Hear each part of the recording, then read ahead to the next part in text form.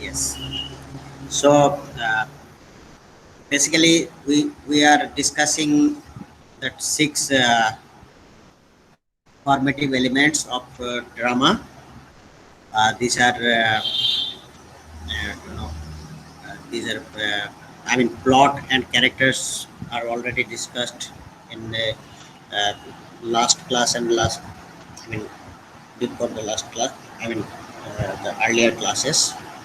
So we will do the next four elements today, maybe possibly today.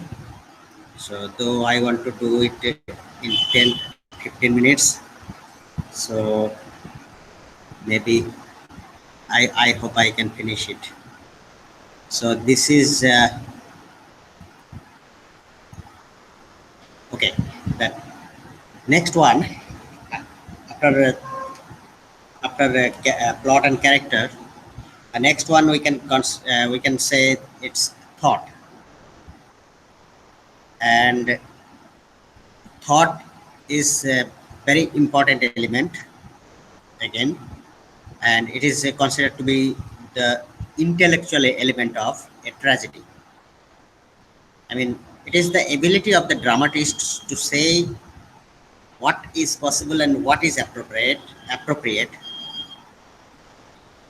That should be only that thought should be only propagated through that characters. I mean, the character will you know uh, spell out these thoughts, and, and of course through the use of a language or any expression.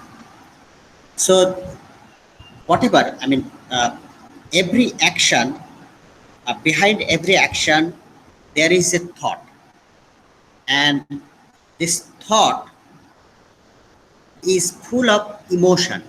Means uh, thought is, you can say, thought can be considered to be the production of emotional effect from within the character, and this means, I mean, since this thought, I mean, since the subject of tragedy is quite serious in nature, therefore, thought should be very much, something uh, full of reputation, full of dignity.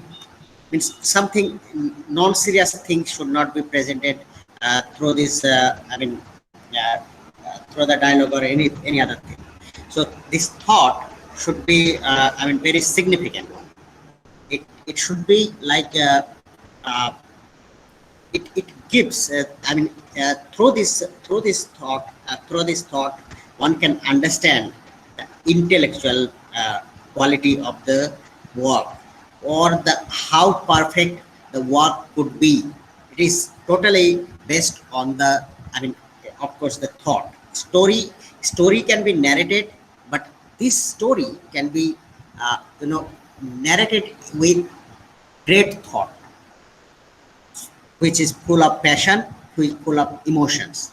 And if you present this thought, it will become rules, or it will become very much, uh, uh, uh, one kind of expression that, I mean, full of expression that gives universal message, of course, and therefore people will copy, imitate this thought. It will this thought should be considered to be the ideal thought. I mean, one kind of the thought. This thought, I mean, the expression that character express, I mean, it gives through this, through the use of language or any other kind of physical expressions. It should become heart touching. I mean, it should touch the heart of the audience, and audience will remember it. And this thought, I mean, will be, the proof or the reputation of the author. Means this, how great the thought will be. It will be considered to be the uh, you know uh, as per Longinus later on it says, that is sublimity. Means sublimity of the thought should be there. Though this word may not be used by Aristotle, but concept was there that thought should be great thought. That is Longinus later on used that same thing, uh, and just gave the name that sublimity. So that's what he Aristotle wanted to say, that every thought should be a great thought, so that it's I mean every great and great, because all the great souls must have great thoughts. Through this thought only we can judge a character, that how great the character can be, how great the character is. So therefore, thought is very important quality of a play. So it should not be a thought should not be casually presented. Okay, it should be carefully presented through proper expression, proper use of language, suitable words or suitable expression. And these expressions, through these expressions I mean this use of language is considered to be the diction or style. I mean this thought should be expressed with proper diction and proper arrangement of the words. Here uh, indiction means the choice of word or arrangement of the word, or any kind of imagery, or any kind of ornamental language that you want to use, that you use in a language to express the thought clearly. Because if you cannot if you want to say something but you cannot express, then the message will not be propagated. Therefore it is very important to select uh, exact, I mean suitable word for the particular emotion, particular feeling or particular sentiments. Therefore I mean yes, this one is also used by the uh, Longinus later on as well in his on the Sublime. So he Aristotle somehow talked about basically six types of uh, word and word arrangement in his in presenting the thought properly. So he says that uh, you you can use ordinary language that is currently used during that time. You can use that, but you can use the foreign words also, foreign term, foreign, I mean the borrowed words or dialect. But this dialect or foreign words should be, you know, interpreted. I mean, people should know. I mean, if people do not know the foreign word, then it is quite difficult to understand. Therefore, in view of him, that foreign words can be used, but if with suitable, explanation, maybe in suitable explanation, with suitable explanations, so that people can understand it. Otherwise, if say, I mean, if anybody talked in front of you in Arabic language, so you cannot understand. So there is no effect on you. Therefore it should be, I mean foreign word can be used. I mean you can use French word that you have learned in your class. So you can use these French words while talking or expressing something, but you have to use these foreign words in such a way that others, the listeners, also can understand. If listeners cannot understand, then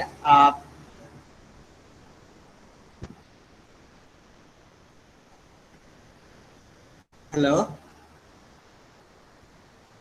my Yes. slides are visible. No, sir. Okay, Yes, sir. Now it's visible. it's visible, right? Because Yes. Yes, sir. somebody perhaps uh, gave presentation few moments ago. That's why it's not visible. I still I think. Sir, still I can see that slide. Yeah, let me stop sharing and present it again. Please do not screen. Okay, somebody has shared screen. That's why maybe it was problem. So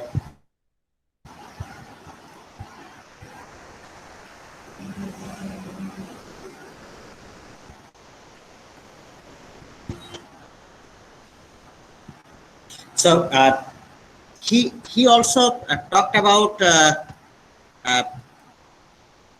use of metaphors. I mean, metaphor is the most important, uh, figure of speech he talked about, and I mean, most of the, it is the most used, figure of speech, which help the author to his or her feeling through the use of metaphors. So it is always I mean a metaphor is very important figure of speech that should be used uh, in your expression to express the things properly. Similarly, he talked about the ornamental periphrases. Um, Also, I mean, it is one another kind of uh, you know another kind of expression that it does not say anything about the actual thing, but it's talk about this thing. I mean, it's a kind of as it will talk from the peripheral stage, but it will not go into the deep, but it will remain in the periphery. I mean, all around this topic, the person will talk about everything, but he will not tell you the exact content. So it is the audience has to use his or her brain to interpret. It will be hint will be given, and uh, all of the I mean surrounding this topic, everything will be talked, but not the exact topic. Therefore, it is another very it gives pleasure as well as suspense, uh, and it helps presenting the things intellectually. It develops the intellectuality of the person. So next type he talked about the invented words. I mean, he can writer is free to invent, uh, uh, but uh, writer is free to invent new kind of word. But writer has to the author has to uh, you know uh, provide the meaning so that the new word become familiar, new word become popular. The next one is, if not new words, you can experiment with the words, like by shortening or lengthening the word, means you know make it to blend the two words, okay, or compound the two words. You can do that compounding thing, or you can shortening the particular word, uh, like uh, from big word, instead of saying big word, it can be I mean, you generally use in your spoken language, since drama is one kind of spoken form. I mean, you have to give, I mean, you have to present uh, uh, the action on the stage. So you are free to use this kind of words, extra words, and I mean modified words, if not invented. So these are the few steps he talked about this poetic, diction and style. Next one is the songs or the melody, or we can say melos. So a song is also is a pleasurable addition to a play. In a tragedy, song is performed mostly by the chorus. What do you mean by chorus? What do you mean by Sir, chorus? sir, a group of singers that are not Good. directly, like they are Related to not this, yeah, acting. Yes. yeah. So yes, it's good. So very often the chorus has been used in very often in the play, and song is very important. Song was very important aspect of a play, and it can be at the beginning, like prologue, or it can be any choric songs in between, and uh, if any part, any section, any episode, uh, you can say the section where these choric songs, is performed, is called episode. But in case of that no choric song, the part in which there is no choric song, it is called exode. Exode, exode. So no choric song. Here there will be no choric song. Here it is only, that's this part where choric song is sung. So uh, this is a simple, thing. And why song is used? Because first thing, it is pleasurable. Second thing, through the song, you can express your feelings easily. Means uh, to express your innermost thought quickly and poetically, or you can say in you know most poetic manner, you can say, through the songs. And uh, and if it is melodious, if it is a this it, because of its melody, it gives extra pleasure, and it will touch the heart of the audience, and audience will start imitating the choric songs, so that the thought that the author wanted to propagate, he can propagate it easily, through the song easily. So therefore, song is very important aspect where the dialogue cannot express. Song will, easily transgress the heart of the audience. So song is the fifth important aspect. And the next, the last one is spectacle, as or simply the stage effect. Um, so it is, of course, spectacle is the mode of imitation by which the story is presented on a stage before an audience. So it is the site of, you can say, disaster. Why disaster? Maybe some another word might be there, but maybe okay. Let me read again. Aristotle calls this can rise fear and pity in the, okay, this sides can disaster in another way. The way it was used is not appropriate. Anyway, the Aristotle calls this uh, use these spectacles to create, to raise the fear and pity of the spectators. And how? Because uh, it gives the background, it gives the environment, it helps the characters to think that yes, that is happening. That's I mean, it is also uh, uh, you know prepared in such a way, in with the connection of this thought that the writer or author wants to present.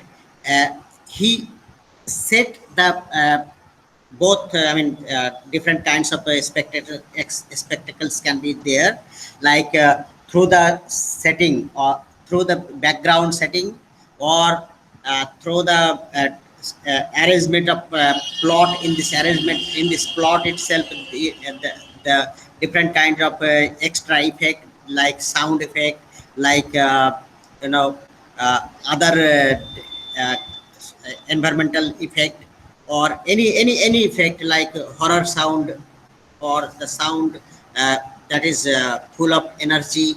I mean, these types of sound can be used as background music, and to give one kind of uh, effect.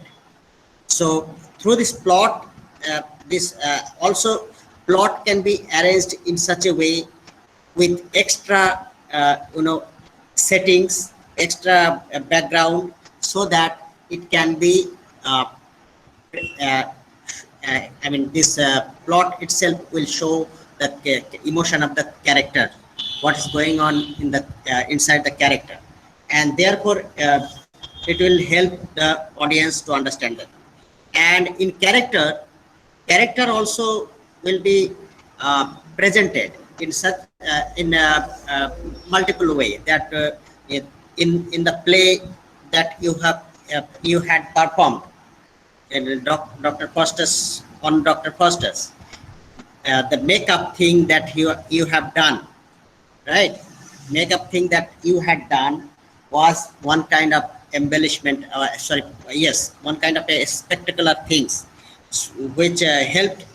I mean, which was some of you were looking like real witches, and some of you looking like really horrible creature, or sometimes you were looking like, few of you were looking like a really Satan.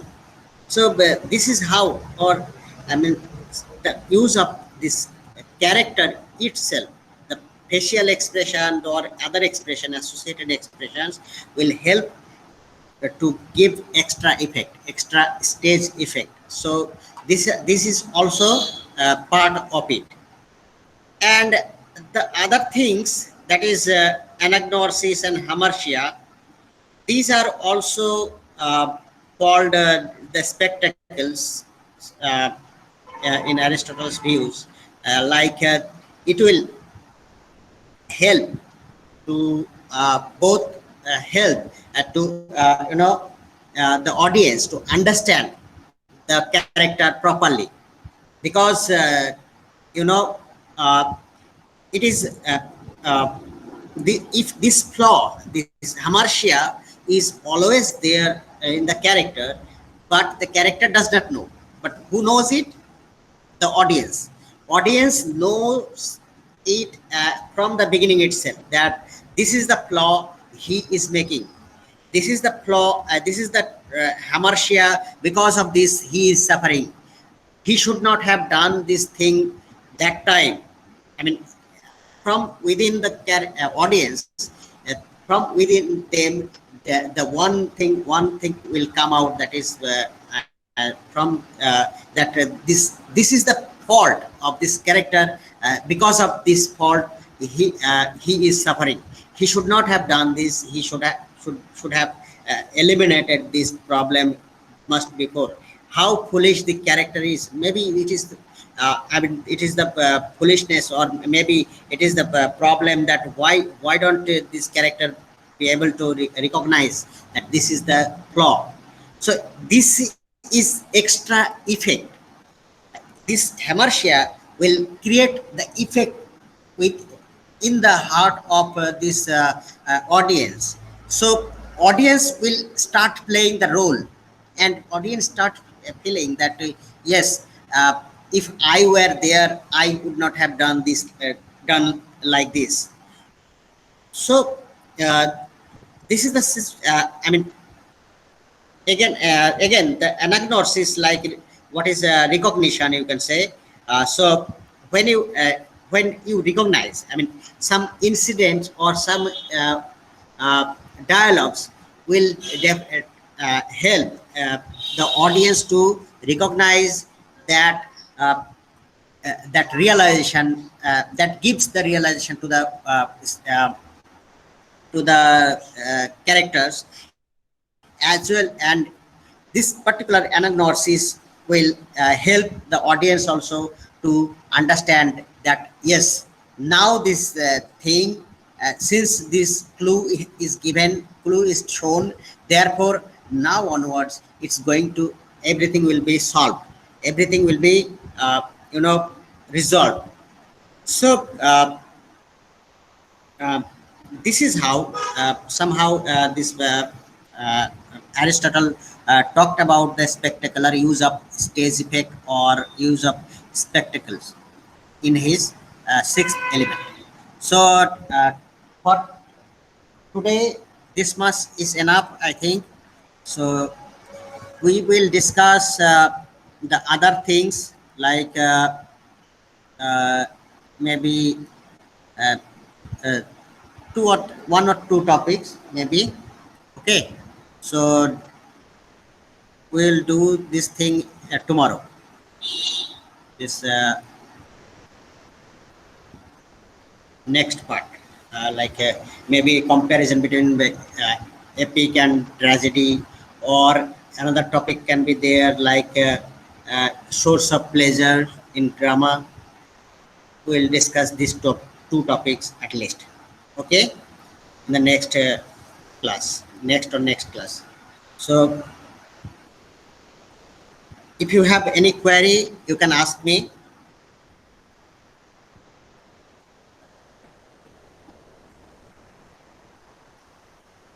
Do you have any query?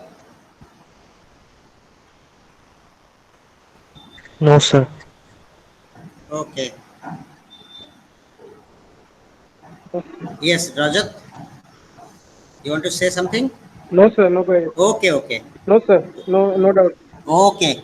So okay then, I have taken only 25 minutes, right? So enjoy your day. I mean, at least 20 minutes. You will have another class maybe. Okay. No, you will have class at around 11, right? 11:30, sir. Yeah, 11:30. Then they enjoy it. Enjoy. Yes, sir. Okay Yes, sir. then. Tata.